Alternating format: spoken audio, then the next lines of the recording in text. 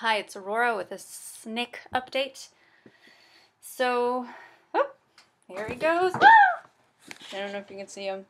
There he is, wobbling around. Um,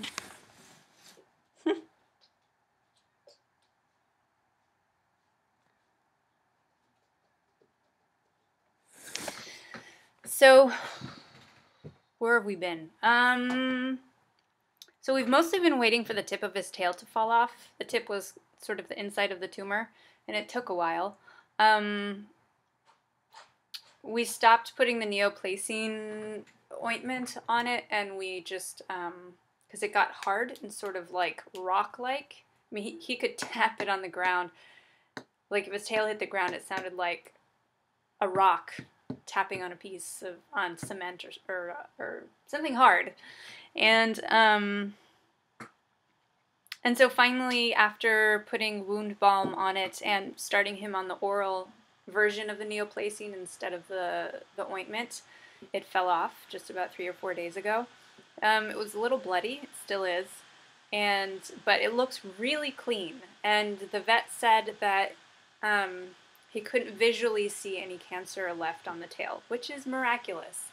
But as we know, tumors tend to have kind of invisible tentacles that enter, that are outside of their range, their mass range, that we might not be able to see. So apparently, the neoplacine, the oral version of it, is taking care of any invisible cancer cells or microscopic cells that we can't see to the naked eye. And if you look at the guidelines that the website has that sells a neoplacine to the vets, they tell you to keep your animal on the oral version of neoplacine for the rest of their lives. So we're at a good place with him. I've also taken him off the artemisinin.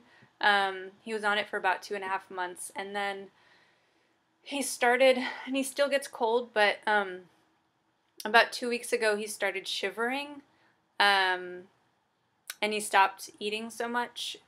So his body temperature went down to 97 degrees, which is not good. A normal cat temperature is 101, which means that his immune system was kind of like not working. So they gave him an IV drip, and they started using, and they injected him, I guess, with some antibiotics, and it helped. And I just have not put him on the artemisinin since, and instead we're using the neoplacine. So that seems to have helped him. On another note, my other cat, Noland, has also been diagnosed with cancer.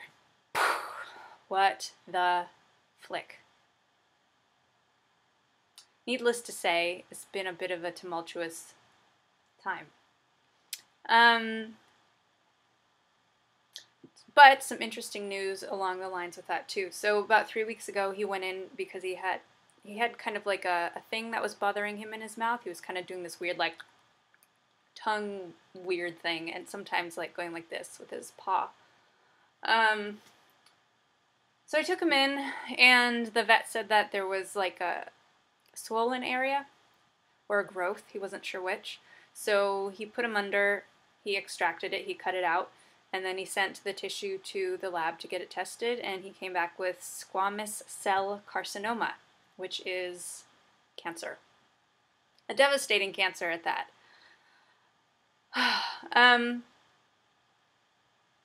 So we waited a week. The next week that I took him in, the doc looked again and said that there was another growth growing behind the area that he had extracted, and it was a cauliflower-shaped growth, which is not good. And he said, and I asked him, I was like, that's really quickly, that's like a week. And he was like, yes, they almost grow in front of your eyes. So we hopped him up on a bunch of herbs. We hopped him up on cesium, cesium plus, super potassium, Siberian chaga, which is a mushroom, and then started the oral neoplacine with him. Plus he's on 2 immune boosters, which is oh gosh. One was Cyto S and the other is like, I can't even remember. It's like letters and numbers and stuff. Anyway, so I pretty much power boosted his immune system and his body with that.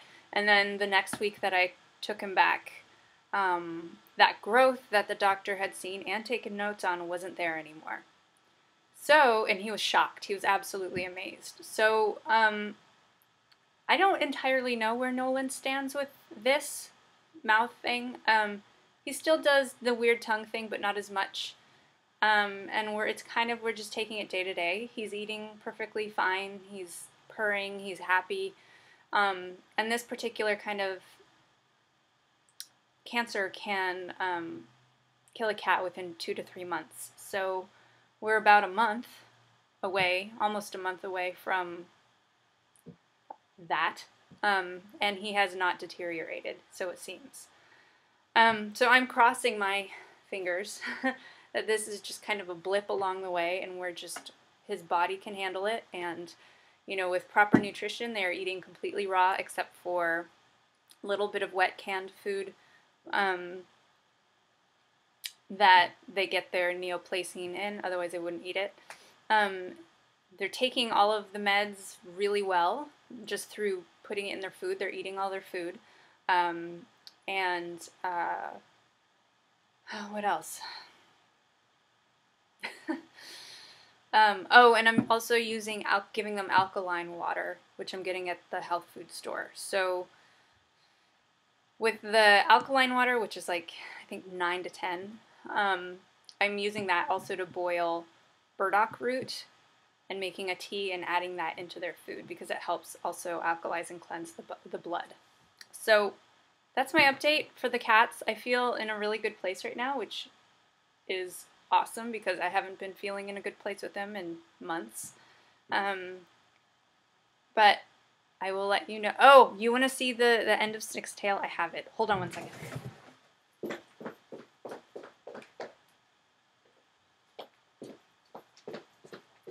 I don't know what to do with it.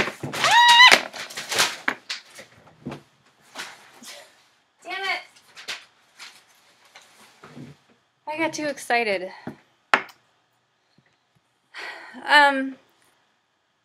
So here it is. I've kept it. This is the end of his tail. I don't know if it's not really gross. It's just dead hard skin and fur and, I don't know, bits of tail. Anyway, I guess I'm gonna bury it.